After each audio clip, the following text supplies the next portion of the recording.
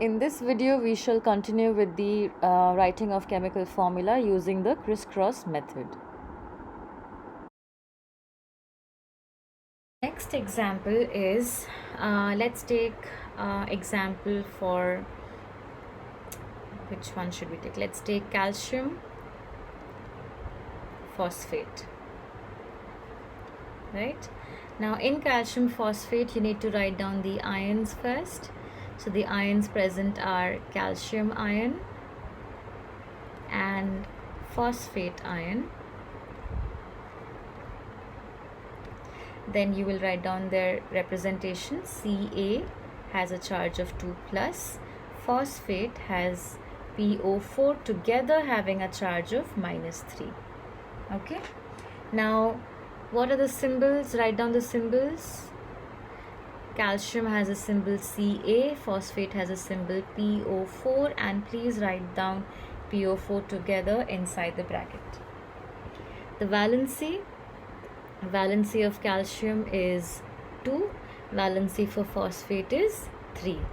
You will use the crisscross method and write down the formula by writing Ca first and writing 3 at its base, then continuing with PO4 inside the bracket as it is, and then following it with 2 at its base. Now here, please do not get confused with 4 atoms of oxygen and the 2 that you've written outside.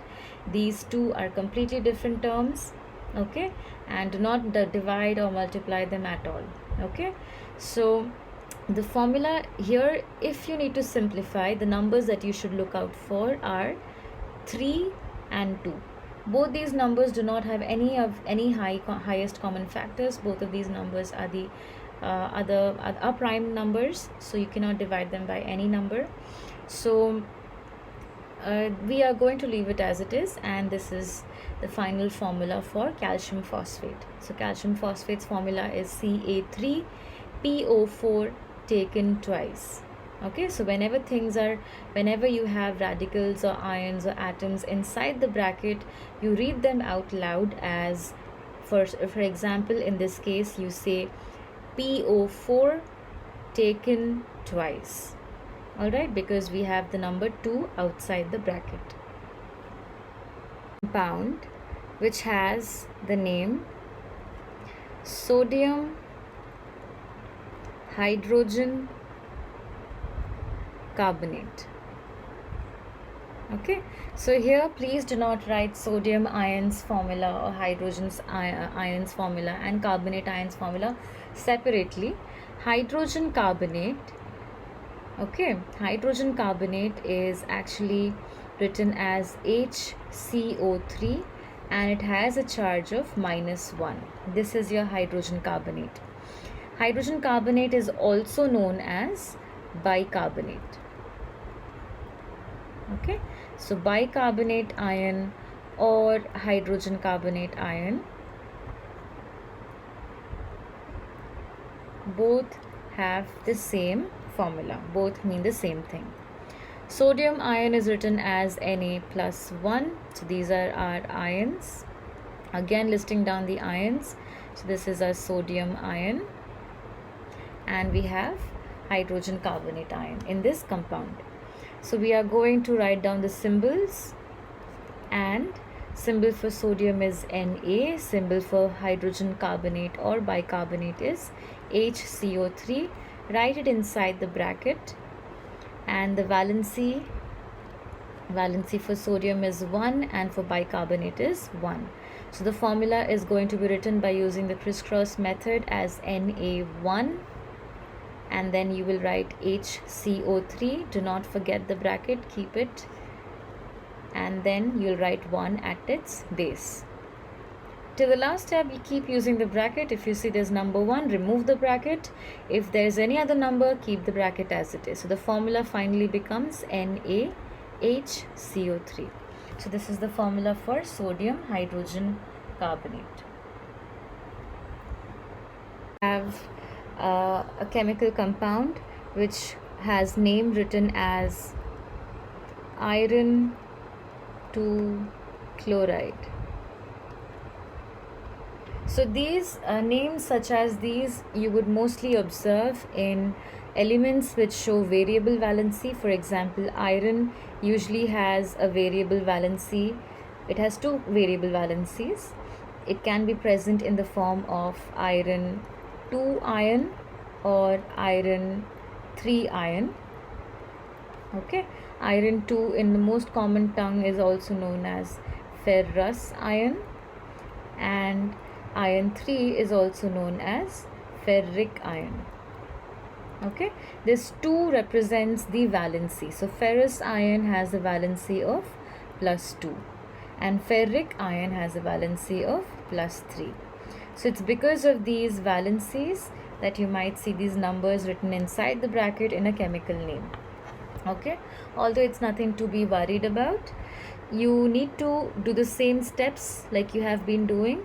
Identify the ions. So the ions present are iron 2 ion and chloride ion, right? So iron 2 is nothing but Fe plus 2, chloride ion is Cl minus 1. We'll write down the symbols. So symbols are Fe for iron and Cl for chloride. Valency of iron is 2 and chloride is 1. So we'll go ahead and write down the formula as Fe1 Cl2. So the formula for iron 2 chloride is FeCl2. Last compound that we are going to look at today is going to be let's say cupric bisulfite, right? Cupric bisulfite. So here we need to identify the ions present. So you have cupric ion and you have the bisulfite ion. Okay, now what is cupric ion? You need to remember that copper, just like iron, has a variable valency. It can exist as Cu plus 1 ion and also as Cu plus 2 ion. Okay, so there are two ways in which copper can exist. When copper exists as Cu plus 1 ion, we call it cuprous ion, and when it exists as Cu2 plus, we call it cupric ion. So cupric ion is represented as Cu plus 2 and bisulfite ion is represented as HSO3 having a charge of -1. So we are going to go ahead and write down the symbols. So the symbols for cupric ion is Cu and the symbol for bisulfite is HSO3. Please write them inside the bracket so that you don't get confused later on in the later steps. Valency for copper is 2 because it has a charge of 2. Bisulfite has a valency of 1. So I'll go ahead and write down the formula by using the crisscross method as Cu1 HSO3 taken twice. If you have the number 1 at the bottom, you need not write that number, and I can go ahead and write down the formula as CuHSO3 taken twice. So this is the formula for cupric bisulfite. With this, I think the topic for writing the chemical formula must seem much more easier now, right? And with this, I then end my session today. Thank you so much, all of you.